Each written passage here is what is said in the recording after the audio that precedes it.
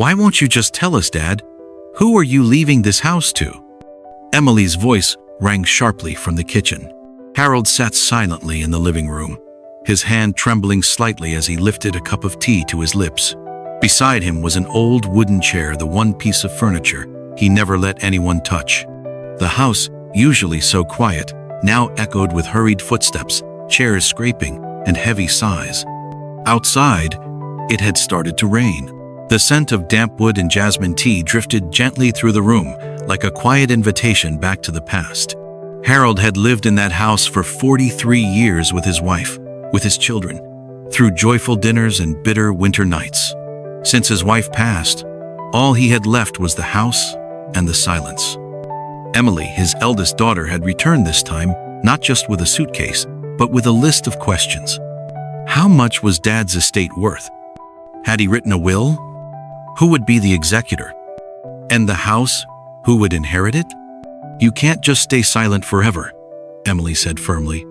If something happens to you, we won't know what to do. Harold said nothing. He kept his eyes on the window. The rain was washing away the dust from the windowsill, dust he had left there on purpose, because it reminded him of a memory that still lingered. The old wooden chair was still there. His wife used to sit there reading every afternoon.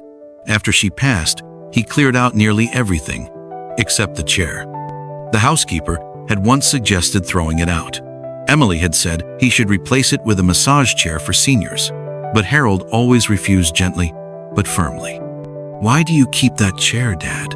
Emily asked again, irritation in her voice. Harold set his teacup down. For the first time in a long while, he looked straight into his daughter's eyes. Because it doesn't need to be understood. It just needs to stay where it belongs. His words left Emily speechless, but not for long. That night, after Harold went to bed, Emily quietly searched the bookshelf in the living room. She wasn't looking for money or documents. She was looking for answers. And then she found it, a worn leather notebook tucked between two thick philosophy books. No label. The cover was frayed. Inside were neat, deliberate lines of handwriting. Things worth keeping to yourself. Things you don't share, not because you don't love, but because you love too deeply.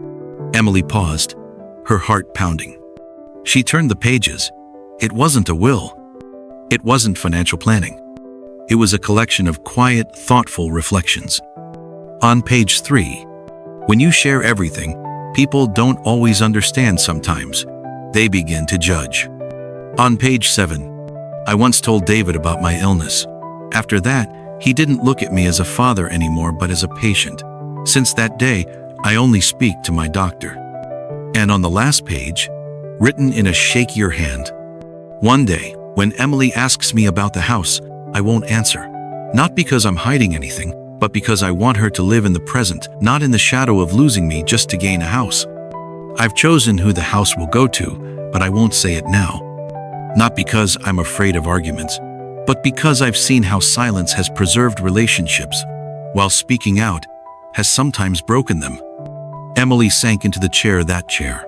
She had never sat on it before, thinking it was unsanitary, uncomfortable.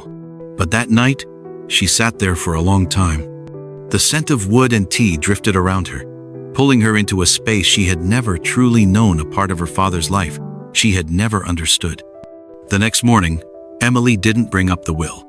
She had breakfast with her father, helped him tidy the garden, and went with him to the market to buy some second-hand items he liked. When Harold looked at her, puzzled, and asked, "Why aren't you asking questions anymore?" She just smiled. "I think I already know enough." A week later, David, the son who lived in another state, came to visit. That dinner had no talk of inheritance. No one mentioned end-of-life plans. No one rifled through drawers.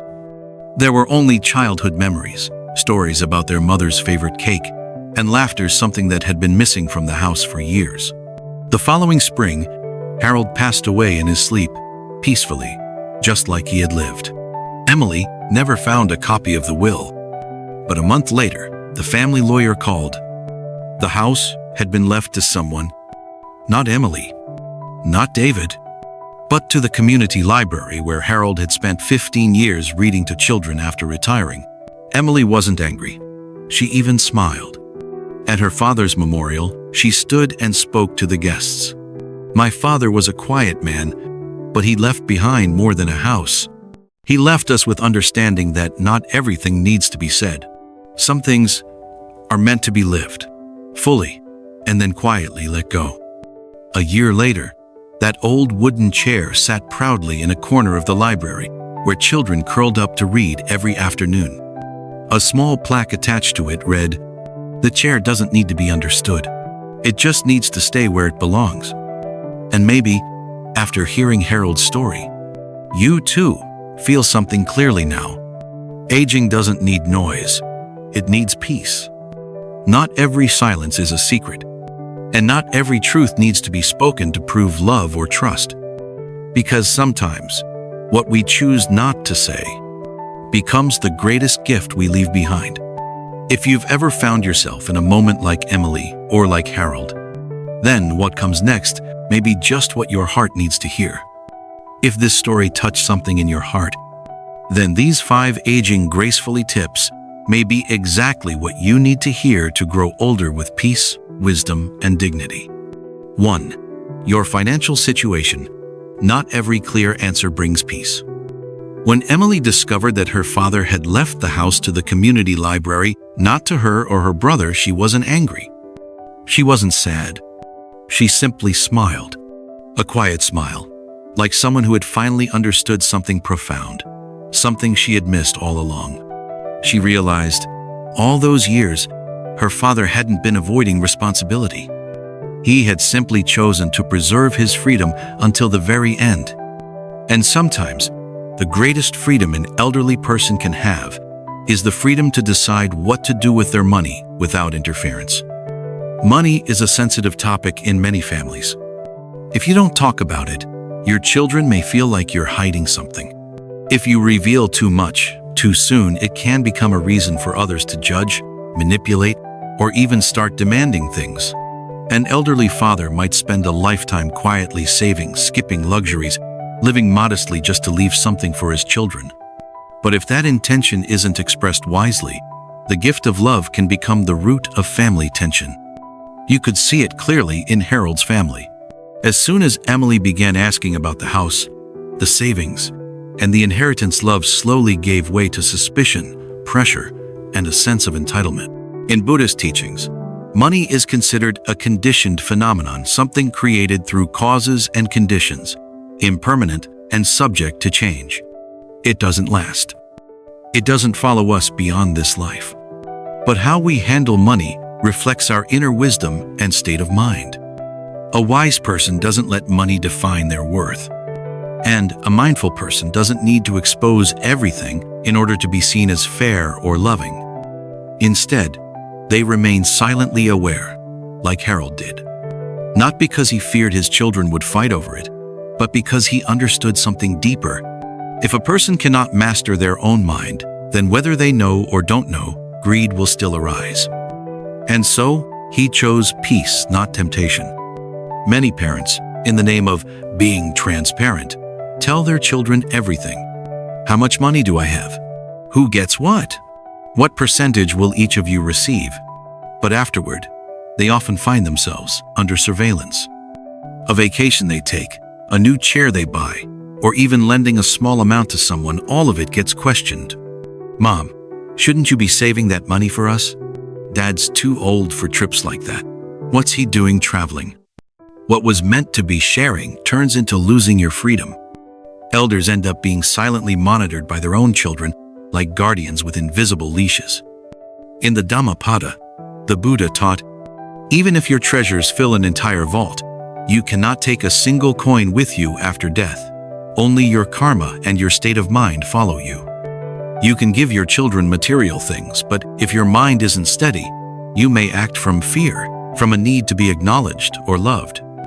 But if you maintain mindfulness, you'll know when to speak and when holding back is a form of love. Many elders over 70 worry, if I don't tell them, won't they be confused later? And yes, that's a fair concern, but it's only half the truth. The more important question is, have you already organized your finances clearly? Have you left your wishes in a trusted place? Have you chosen someone wise to carry out your final decisions? If you've done these things quietly, thoroughly, and mindfully, then there's no need to share every detail right now. Because not everyone is ready to receive that truth without becoming emotionally reactive. Harold understood that. He didn't speak, but he wrote. He didn't make it public, but he planned. And in the end, he left gently, like the final leaf of autumn leaving behind a powerful lesson. Don't use money as a measurement of love. And don't use transparency as a way to control others. If you're in the later chapters of your life, if you've worked hard, saved, and built something, then now your money doesn't need to prove anything. Use it as a tool of wisdom and compassion, not as a burden for self-exposure. Keep your financial matters private, not out of selfishness, but because you know. Peace in old age doesn't come from total transparency. It comes from having the freedom to make your final choices without judgment, without pressure, and without regret. 2. Negative views about the younger generation. Speak as someone who understands, not someone who's grown bitter.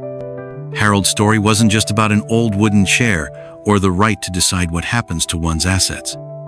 It also gently revealed something deeper, something many older adults may not even realize.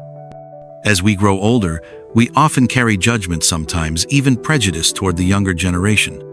One afternoon, as Emily sat quietly scrolling through her phone, Harold asked out loud, "Why are you kids always glued to those screens? Back in my day, we didn't live like that." Emily didn't respond. She simply smiled. But it wasn't a happy smile.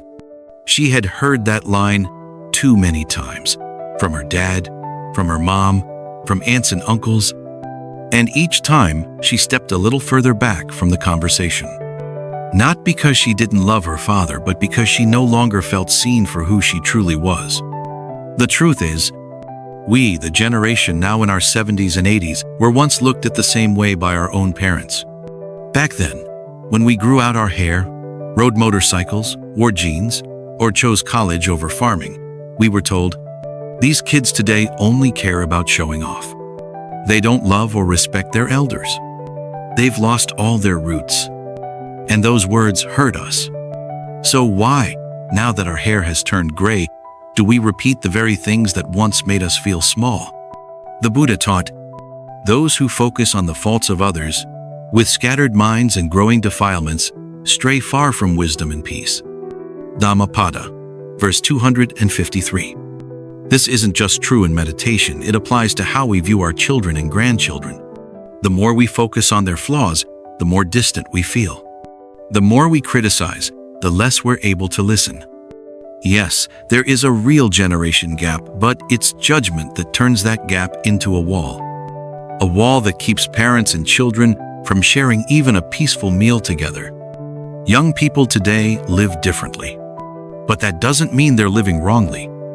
They use their phones often, but for work, learning, and staying connected. They may not call often, but still, remember your birthday and quietly send gifts. They may never say, "I love you" out loud, but will pay your hospital bill without a word. If you only see what's on the surface, you may feel coldness. But if you open your heart, you'll see they're loving in the language of their own time. There's an elderly man named Albert from Oregon who once shared, "I used to think my grandson was disrespectful because he didn't care to hear my stories about the war. But one day, I stopped talking and simply asked him, 'Is there anything you'd like to share with me?' And he spoke for 2 hours about coding, artificial intelligence, and a world I'd never known. I didn't understand it all, but I listened with my heart." We don't need to understand everything about the younger generation. But we do need to understand this. They're also trying. They're also struggling. They're also doing their best in a world that changes by the day, just like we once did in our own time. If you criticize, they'll go quiet. If you command, they'll pull away. But if you ask, if you approach with genuine curiosity, you'll discover they still want to be seen and accepted. That phrase, "Back in our day, we never lived like that," might seem harmless, but say it too many times, and it becomes a quiet wound. And soon, instead of coming closer, each generation retreats to their own closed world. The Buddha taught, to truly understand another, you must first let go of judgment within yourself. And you can begin this right in your own kitchen, your living room, during the simple moments of sharing a meal. Instead of saying, kids these days are so ungrateful, try something like, you know, when I was young, Grandma used to scold me for not understanding her generation either. I guess every era has its own challenges. What's the hardest thing for your generation right now? You lose nothing by letting go of a complaint, but you may gain everything: trust, closeness, and the peace you deserve in your later years. Because holding on to judgment may cost you more than you think. Old age is not the time to fix the world. It's the time to observe, to listen, and to pass down kindness with an open heart. We won't be here forever, but how we choose to listen today might become a beautiful memory that stays in the hearts of the young forever. 3. Getting involved in family conflicts. Be present with love, not interfering with opinions. Harold, the elderly father in the story, had witnessed many family conflicts over the years. Some were loud and heated, others dragged on in silence for years. But what he chose wasn't to intervene, nor to walk away. He chose wise silence, because he understood. A word spoken from the position of the elder, if said at the wrong time or in the wrong way, can quickly be heard as taking sides. Many parents or grandparents have stepped in, hoping to mediate. They spoke with love, with the hope of reconciliation. But all too often, they were met with surprise, not gratitude, but accusations. Mom, you're just defending her again. Dad always finds fault with me. Grandma never sides with me, it's always my sibling. What began as love was misunderstood. Sincerity turned into distance. And the elder who only wished for peace became the very person who made things worse. In the middle-length discourses, the Buddha once told the story of a king who wanted to build a bridge across a river. But the two villages on either side had conflicting opinions. One wanted stone, the other preferred wood. The king didn't issue a command. Instead, he observed, listened, and trusted the villagers to work it out together. In the end, they found a new solution, a bridge made of both wood and stone. This story offers a powerful lesson. Wisdom and authority aren't always what we should lead with. Sometimes, the most sustainable solution comes from quiet presence and faith in others' ability to grow. You see, disagreements between your children may come from small things: how to raise their kids, whether or not to buy a house, even a passing comment over dinner. But if you speak up while emotions are high, even if what you say is right, it might still be misunderstood. You're no longer seen as mom or dad. You become the one who took their side. And in that moment, you may lose both. I once heard a grandmother share this story. I have two daughters. One is very meticulous, the other more easygoing. They argued about everything from how to cook dinner to how to manage money. I tried to advise them, no one listened. I cried, they still didn't stop. In the end, I simply said, I trust you two will find your way back to each other. I've been a sister before. I know blood ties don't break easily, as long as we still hold on. Then I went back to setting the table as usual. From that day, they argued a little less. Silence isn't indifference. Sometimes, it's a skillful step back, giving your children the space to face themselves and each other, without being pushed into defensiveness. You don't have to be the peacemaker. You just need to be the unwavering light in the home, the presence that reminds your children. No matter who's right or wrong, I'm still here not to take sides, but to offer love. The Buddha taught, when the mind is swept up in conflict, it loses the clarity to see things as they truly are. The wise observe without being pulled by attachment or aversion. You can still love both your children even if they're upset with each other. You can still sit at the table even if someone's in a mood. You can be there without offering a verdict. and your gentle presence alone can softly remind them. Love is still here. If you see your children caught in a conflict, try this. Step back. Place your hand on your heart. Take 3 deep breaths. And ask yourself, am I about to speak to ease the tension, or just to share my opinion? If you're unsure, choose silence, kindly. Because sometimes, that silence is the medicine both sides need to pause, reflect, and begin to heal. People don't hate advice. They just resist it when it's given before they're ready to hear it. And you, someone who's lived through so much, you don't need to say much to prove you're right. Just sit with presence, with mindfulness, and trust in this. Your children will learn to love each other again, as long as they still have a peaceful home to return to. 4. Comparing your children or grandchildren. Don't let love leave a lasting scar.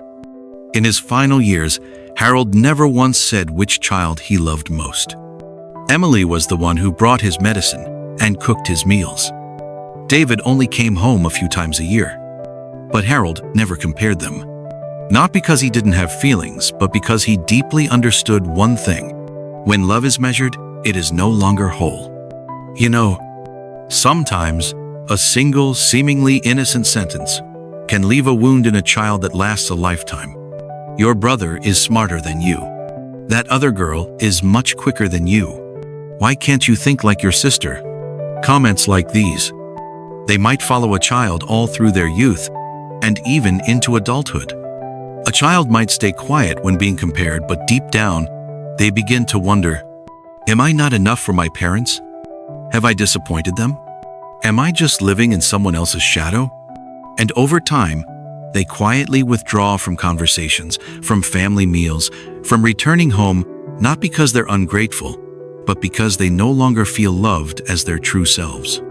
One elderly woman in Kanto once shared during a meditation retreat, I may not leave my children much money, but I always tried to make each one feel like a whole person fully loved, not a flawed version of a more successful sibling. That stayed with me, because fairness in love isn't about giving everyone the same thing. It's about understanding each person for who they truly are. In Buddhist teaching, there's a beautiful phrase, tui du yin, or according to conditions. The love of a wise person adapts with awareness. Each child and grandchild is a different seed. Some sprout early, others take time. Some grow straight and tall, others bend in the wind. But we don't elevate one and abandon the other. The wise don't compare, they care based on the needs and nature of each one. When you say, your older brother is more successful, more thoughtful, you may think you're stating facts, but you're also planting self-doubt. When you ask, why isn't your child as quick as your cousin's daughter? You don't just hurt the parent, you create insecurity in the child that could last for years. The Buddha said, no one can hurt us more than the people we love the most. And often, the deepest wounds in our children's hearts don't come from being ignored, but from being quietly unfavored in ways no one ever names. If you love your children, look at each one like a different moon. Crescent moons are beautiful. Full moons are beautiful. No one is better. They simply shine in their own way. Try saying, I see you doing that in your own way and I really appreciate it. Each of you brings something special. I don't love you more or less, I love you because you're you. That one sentence could heal years of feeling second best. It could bring siblings back together after long silence caused by years of comparison. There's an American man named Mr. Thomas Reynolds from Minnesota who once said during a family reunion, when my kids were younger, I used to say, Ethan is a natural-born leader. Ben is kind, but too soft.